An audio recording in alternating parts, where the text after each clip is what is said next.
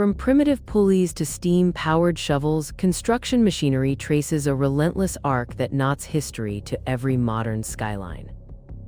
In Britain, steam shovels revolutionized port expansion, while in the United States, cranes stitched new cities together during the industrial boom. In Japan, compact excavators enabled rapid rebuilding after earthquakes, illustrating how technology adapts to culture and disaster.